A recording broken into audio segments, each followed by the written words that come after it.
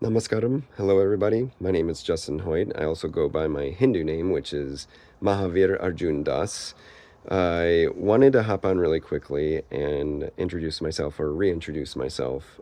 Some of you haven't seen me on social media in years, and I kind of wanted to just give you a quick rundown of why I left, what's been going on in the meantime, and why I'm back. So I will start with social media was kind of a love-hate relationship for me for a long time. And when I became a psychiatric mental health nurse practitioner uh, in 2018, it coincided with becoming a Hindu. And that's the red mark you see. It's my tilak. Um, and that, I think, just I wanted to focus on myself and my career and my new faith. So I stepped away from social media, and that, um, shortly after 2020 happened, and we all know that the past several years since 2020 has been an absolute cluster F of a situation for many people, and uh, I was no different. And in fact, every area of my life, every single area of my life was immensely tested. And I think a lot of you out there can understand this. The past several years have been trying, to say the least, right?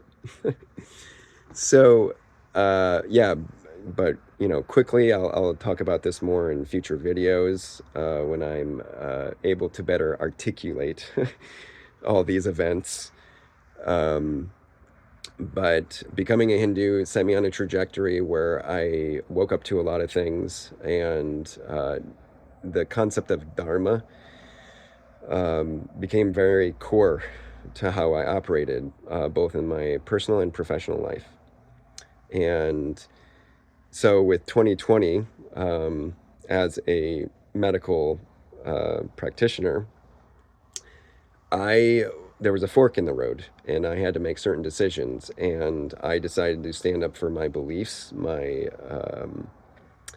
values, and my principles, and my morals. And you can imagine that if that didn't go in line with the powers that be, that it got you in some hot water, and it did put a target on my back. But I'm not looking for sympathy because I chose to do this, and so all the fallout that happened was because I chose to stand up for myself and my beliefs, and and I won't take that back. But it simply, I lost 95% of both my professional and social circle. And some of these people I've known for years, even decades, I viewed as family. Some were family. And they disowned me and, called me horrible names. And so that was pretty hard. And then I lost my practice and my business. Some of that fell right in line with me standing up for my beliefs. And what else? Right when I got tired of being in this profession because of how people were treating me, um, being pushed out of jobs, being prevented from getting certain jobs. Uh, and it also coincided with some health issues where I ended up having some three very long, complicated surgeries. And it was an incidental finding in a scan. So I was quite lucky that I found it at that time. But those, nonetheless, they took a lot out of me, and physically and mentally. And I lost my practice, like I said, and I stepped away from being a nurse practitioner. And so financially, professionally, things were tough. Did construction, worked at a gun range for a while in the meantime, but a loved one was very sick. Found out she had a genetic disorder and some other gnarly disorders. So constantly in pain, constantly tired. So I'm trying to support us both, and that I wasn't very successful at that. Um, Mixed in with having all those surgeries and recovery time, there was deceit and betrayal by a loved one, closest person, to me, and then family members disowning us, and us being put into a really tough situation when my dream job was pulled from me. And I really can't go into that, unfortunately. I'm not allowed to. But that job was gonna save me financially, save us. And like I said, that coincided with severe deceit and betrayal from a loved one, and losing our housing situation. And what it did is it brought me to my knees. All these things happening within, well, a few years, but culminating within a few months, was so difficult. And I think that I just went into survival mode, and I wasn't, at my peak self. I wasn't in my higher self. And so I tried to salvage what I could, whether it was with certain relationships that probably should have been let go of once there was betrayal, or with finances and jobs. And eventually, trying to salvage those things that you need to learn how to let go of exposes what is really necessary in your life for you to thrive. And it also teaches you of the things and people you need to let go of, and that you need to get all that self-reliance, all that self-respect, all that self-love, all that care. You need to find it within yourself.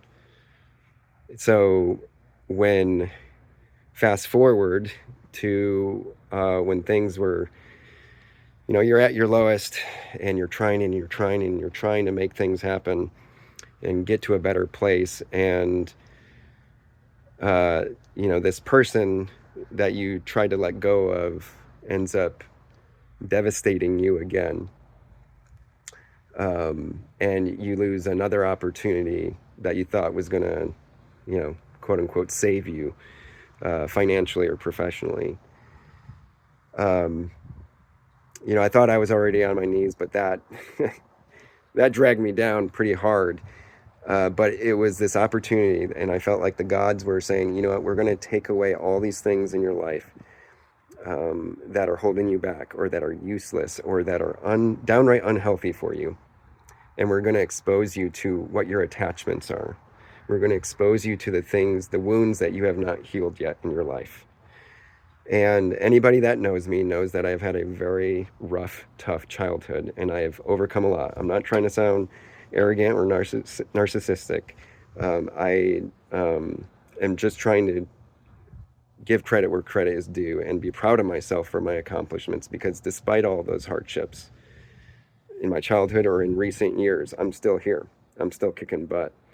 And now I got a fire burning within me. And that is, I realized, with healing all those wounds, or at least working on healing them and stepping into my higher self, I know that I must uphold my prescribed duties in this lifetime. And I'm a healer, and I'm somebody that loves to work with people, loves to help them, coach them, problem solve and figure out solutions. And so for me, I know I need to go be a healer again. And it's a once in a lifetime opportunity. I'm not going to reveal what that is right now, but soon. Fell into my lap, along with an amazing partnership in Huntsville, Alabama. And some of you will wonder why Huntsville, and at the bottom line is, it's this opportunity. Unless I had gobs and gobs of money, I would not be able to pull this off. And this partnership and collaboration with these people, it's just, like I said, a once in a lifetime opportunity. And in the past few years, I figured out the kind of provider I am and want to be. And I don't want to be pushing medications, patient after patient after patient, which most of them I just don't agree are very effective.